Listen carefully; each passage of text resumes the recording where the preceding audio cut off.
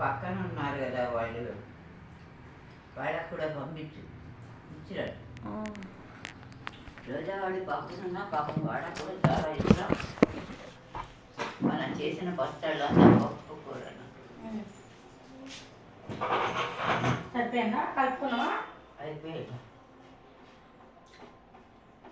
ఇదేంటి తిల్లో బాగా వాసన వస్తుంది. అది పచ్చడి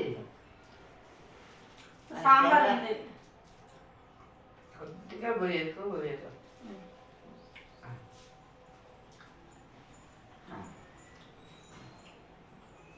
కొద్దిగా సాంబార్ అరగటల్లా పాడు ఎందుకు తినాలి?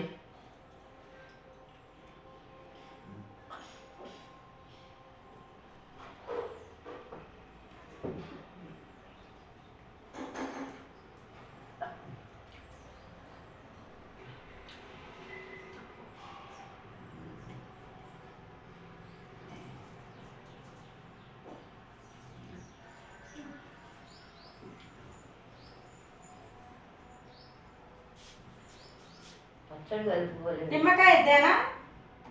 పడుతుందా నిమ్మకాయ?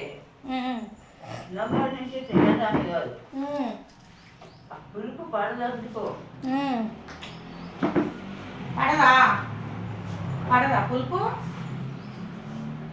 అందుకే గోంగూర కూడా పులుపు ఎక్కువైతే సాల్ట్ వేసుకుంటాను. అరగదు పులుపు అంటాను, ఎంతకంటే ఏం చేయదు.